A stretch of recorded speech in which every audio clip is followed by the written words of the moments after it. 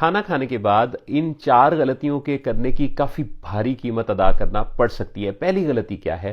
अगर हम खाना खाने के फ़ौरन बाद पानी पी लेते हैं, देखें एक आध घूंट पीने से तो कोई मसला नहीं होगा, लेकिन अगर हम पानी पी लेते हैं तो हमारा जो डाइजेस्ट करने का सिस्टम है मैदे के अंदर, वो इससे डिस्टर्ब हो जाता है। कैसे? खाना जब हम खाते हैं तो ये खुराक की नाली से होता हुआ जब मैदे में पहुंचता है तो उसके नतीजे में कुदरत का एक निज़ाम है जिसके तहत वहाँ पे एसिडिटी इकट्ठी होती है और वो उस खाने को प्रोसेस करने में, ग्राइंड करने में, उसको गालने में लग जाती है, जिससे कि खाने ने हजम होकर फिर आगे छोटी आंत और बड़ी आंत में जाना होता है। लेकिन अगर हम खाना खाने के फौरन बाद पानी पी लेते हैं तो क्या होता है कि पानी जो है वो जाके ऊपर उस प्रोसेस को डिस्टर्ब कर देता है, जिससे कि समझे कि वो एक हीटिंग प्रोसेस वहाँ पे शुरू हुआ था जिसके ऊपर पानी का जो है वो आपने छींटा लगा दिया, या हम तो बाद औक़ात बड़ा रज के पानी पीते हैं, 2-2 ग्लास पानी पीना तो बड़ा ज़रूरी है, लेकिन उसका टाइम भी तो फिर देखना है ना। तो खाना खाने के फ़ौरन बाद पानी का पी लेना, उससे क्या होगा कि उससे आपका जो डाइजेस्टिव सिस्टम है, जो खाना हजम होने का प्रोसेस मैदा चला रहा है, वो डिस्टर्ब हो जाएगा और वो जो हीटिंग प्रोसेस वहाँ पे हरारत पैदा हुई हुई है वो डिस्टर्ब हो जाएगी और खाना प्रॉपरली डाइजेस्ट नहीं हो पाएगा। दूसरी गलती जो हम करते हैं वो ये करते हैं कि हम में से ज़्यादातर लोग खाना मुकम्मल होने के फ़ौरन बाद ही चाय पी लेते हैं। लोग भी ऑफ़र कर रहे होते हैं, जैसे खाने के साथ ही पानी पड़ा होता है, इसी तरह से खाना ख़त्म होने के साथ ही चाय आ जाती है। अच्छा, ये जो चाय है किसी भी तरह की, अगर आप ये पीते हैं तो इस खाने के फ़ौरन बाद पी गई चाय के नतीजा में इसमें चूँकि टैनिन होता है, तो इससे आपके खाने में जो आयरन है, जो कैल्शियम है, मैग्नीशियम है, वो जुज़्व बदन नहीं बनता और आप की बॉडी के अंदर जो खुराक की नीड्स हैं वो पूरी नहीं होती, लिहाजा ये इतने कीमती अज्जा जो हैं वो ज़ाया हो जाते हैं। चुनाचे अगर आपने पानी पीना है या चाय पीनी है तो इसके लिए फिर आपको 2 घंटे इंतज़ार कर लेना चाहिए। अच्छा, इसी तरह से बहुत सारे लोग ऐसे होते हैं जो खाना खाने के बाद जैसे ऑफिस से घर पहुंचे और फिर जनाब खाना खाया और फिर लेट गए। अच्छा, ये जो लेट जाना है, या कई दफ़ा तो लोगों की आंख ही लग जाती है। अच्छा, लेट जाना या सो जाना, ये उस खाने के डाइजेस्ट करने के सारे प्रोसेस को बहुत बुरी तरह डिस्टर्ब करता है। कैसे? कि जब हम खाना खाते हैं तो एक्चुअली हलक से होता हुआ, खुराक की नाली से होता हुआ, मैदे में जाकर प्रोसेस से गुजरता हुआ फिर ये छोटी आंत में जाता है जहाँ से इससे एब्जॉर्ब होना होता है ब्लड के अंदर, और फिर जितना वहाँ से एब्जॉर्ब होना होता है वो होने के बाद जो फाजिल मादे हैं वो फिर चले जाते हैं बड़ी आंत में, वहाँ वो स्टे करते हैं। जब फिर हमें हाजत होता है तो हाजत रवाई में वो फाजिल मादे जिस्म से खारिज हो जाते हैं।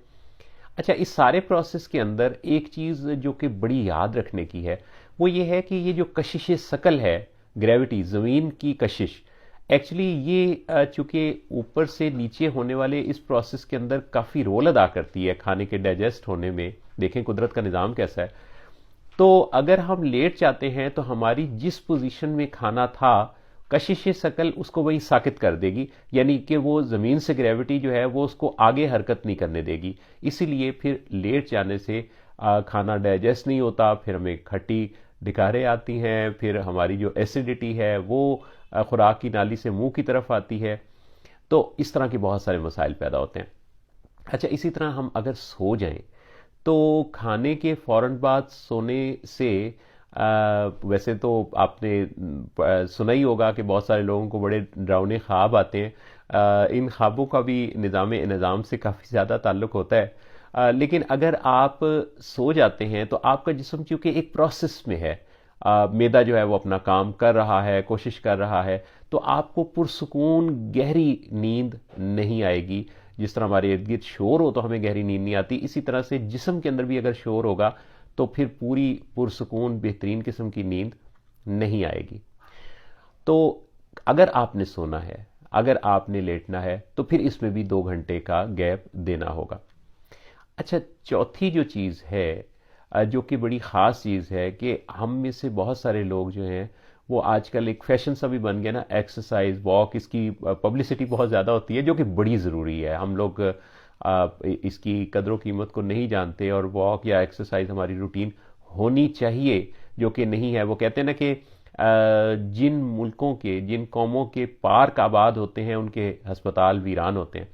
तो अगर हम वॉक और एक्सरसाइज करें तो ये बहुत ही सेहत के लिए अच्छा है, ज़बरदस्त है, बेहतरीन है। लेकिन अगेन, पानी पीने की तरह जैसे बात थी कि पानी पीना बड़ा इंपॉर्टेंट है, लेकिन गलत टाइम पे पानी पी लिया तो उसका फ़ायदा होने के बजाय उल्टा नुकसान हो गया।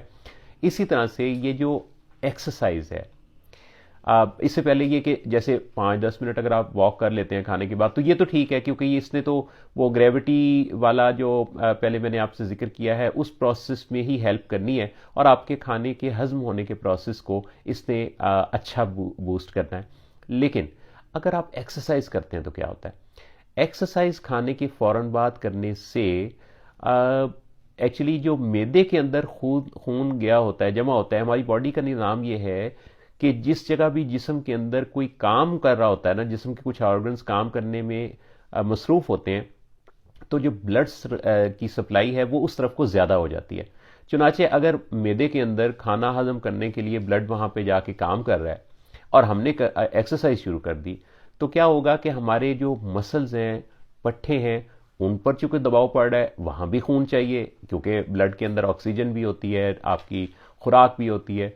तो आपने एक्चुअली दोनों कामों में खून को जो है वो कंफ्यूज कर दिया कि वो अब मैदे में भी प्रॉपर काम नहीं कर रहा, हम उसको इधर भी बुलाना चाह रहे हैं। तो क्या हुआ कि दोनों जगहों पे काम के ख़राब होने से आपके मसल्स में भी क्रैम्प्स पड़ सकते हैं, इसी तरह खाना आपका डिस्टर्ब हो सकता है। तो एक्सरसाइज ज़रूर करें, लेकिन इसके लिए भी याद रखें कि फिर 2 घंटे का कम से कम गैप आपको लाजमी लेना चाहिए। अच्छा, इसी तरह बाज़ लोग जो है वो इस चीज़ का भी ख्याल नहीं रखते और खाना खाते ही वो बात लेने चले जाते हैं। तो ये भी एक्चुअली उस प्रोसेस पर असरअंदाज होता है, वो कि उतना तो नहीं होता, लेकिन जितना भी आपका मैदा प्रोसेस कर रहा होता है ना, उस प्रोसेस पर ये चीज़ भी असरअंदाज होती है।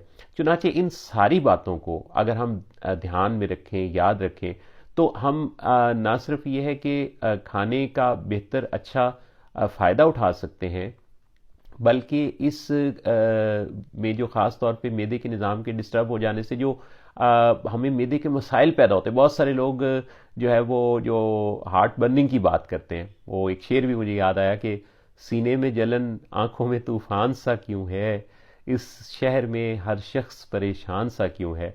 तो वो जो सीने में जलन है ना, उसकी एक बहुत बड़ी वजह हमारे मैदे में पैदा होने वाली जो तेज़ाबियत है उसका वापस खुराक की नाली और हलक की तरफ आना है।